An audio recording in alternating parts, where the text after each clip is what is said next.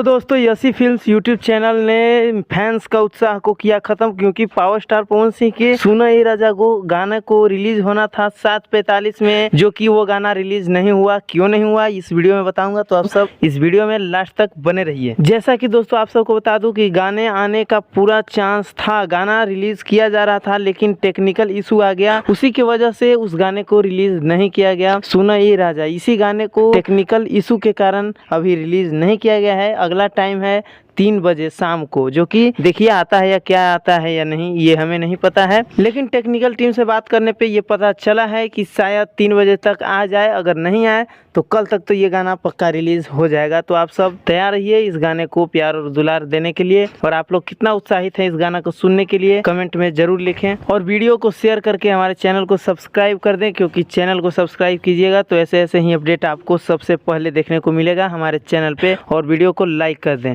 धन्यवाद, मिलते हैं अगली वीडियो में।